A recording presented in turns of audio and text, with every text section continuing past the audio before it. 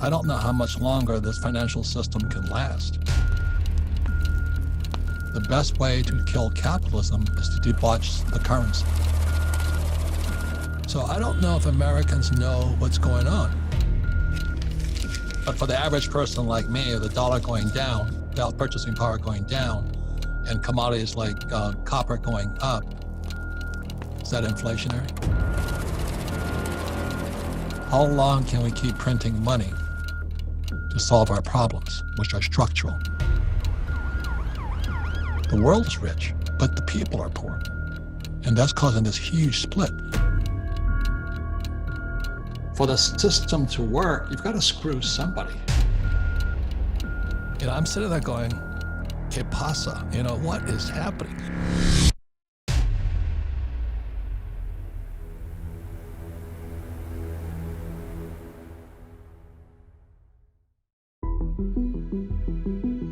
We're screwed. That's what I'm saying. The Republicans and Democrats, all these people are now waiting for the next stimulus or the bailout or whatever you want to call it. And they're using this as a political football. The Democrats say it's not enough money. Even Trump says, let's give them more money. But now they're saying, let's not do that. And on top of that, you have the teachers not wanting to go back to school to teach. This country is coming apart. And then you have the rioting, the fires, the flooding. And that's what's happening to America. And your generation faces some of the biggest challenges ever from any generation. Let me just say, there's a million ways you can go to financial heaven. So there's millions of ways. And for your generation being tech savvy, you probably have 2 million ways. There's look at the guys who created TikTok and all this other stuff. They're creaming it. But the other side of it, on the other side of the coin, there's 2 billion ways to go to hell. And since our schools don't teach us anything about money, a lot of people are going to go to hell. But let's just give you the way I planned it out. I never did well in school, okay? And I figured out that financial education was going to be a big business. Because when I was 9 years old, I was looking for the answers too, is how do I get rich? And one of the ways I got rich kind of inadvertently is I wrote a book called Rich Dad Poor Dad. 47 million copies now.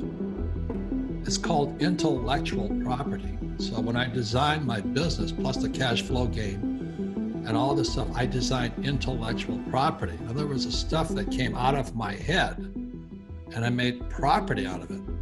Now with that money from intellectual property, I use debt, borrowed money from the banks to buy real property. So in 2008, when the subprime market crashed, interest rates fell. And when interest rates fall, that means the cost of money was going down for the rich. At the same time, the cost of money was going up for you guys. If you're poor, you get credit cards or you get payday loans and all this. But for those with financial education, the cost of money was coming down. Plus, all the people that lost their properties, that all went on sale. Do you know what I mean? I was buying apartment houses for pennies on the dollar, plus using cheap money. So it starts with intellectual property, my books and games. And with that, I go to the bank because the bank will give those with financial education money to buy the best real estate in the world. Meanwhile, they screw everybody else. So really, that's the system.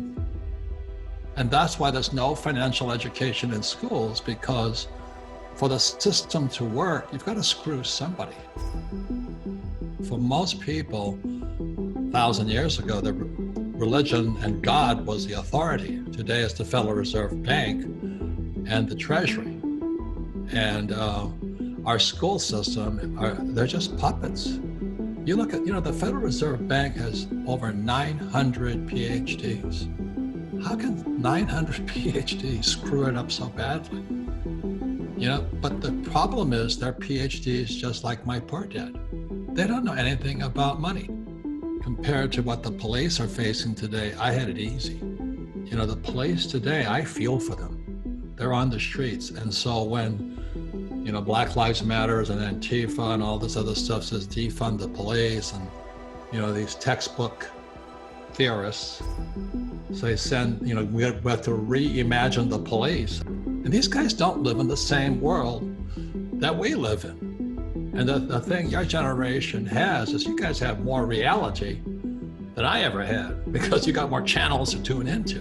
When I was a kid, I only had one TV channel and about 3 radio stations. Now there's 10 million of these things. So your access to information is massive. It's how do you process that information from here? So if you get triggered by, Trump saying this or Biden saying that and all that, then you're not intelligent because you're just taking a side. I do my best not to take a side. I want to understand the other side. So when Richard Wolff says a capitalist brings nothing to the party, well, that's because he lived his life in academia, like my poor dad. They don't know that's the real world. That's college professors. That's the Fed, 900 PhDs who don't have any idea what's going on in life in the streets. And so we're going into a depression right now. And it's not anybody's blame or fault. It's just a cycle. There's a cycle every 90 years, 80 to 90 years. So we'll be in depression from 2020 to 2030. Now you can look at it, which side of the coin. You can say, oh, that's really bad. Or you can say, this is the biggest opportunity I ever had. The advantage your generation has is you're tech savvy. My generation isn't. So take advantage of your advantage, without legal, ethical, and morally, hopefully. But and another thing I want to be really clear on, people think it's money that makes people evil. It's not money, it's what you do for the money.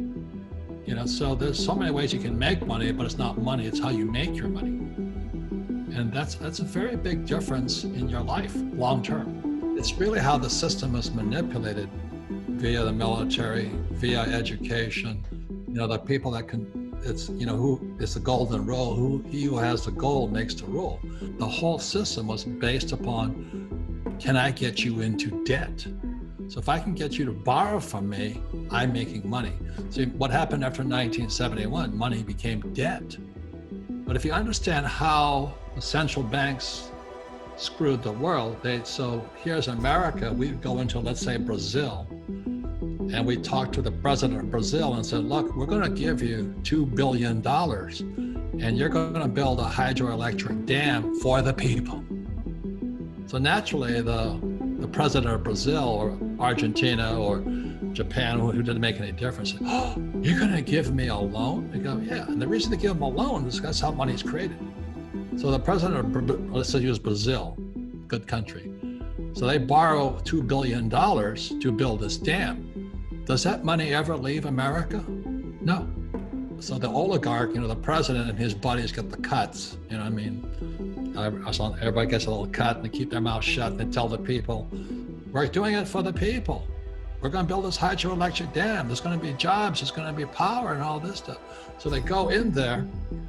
The dam is built by, let's say, probably American companies. So the money never left America. And the dam is finished and all this, but then the people of Brazil have to pay for the dam. And so they suck, Brazilian real or pesos or whatever you want to say, out of the country, and it bankrupts the other country. So that's the real system of money. It's no different than me saying, oh, here's a credit card, have fun, or here's a student loan, here's a mortgage. After 71, money became debt. And the only way in the old style of thinking you could get rich was get somebody else into debt.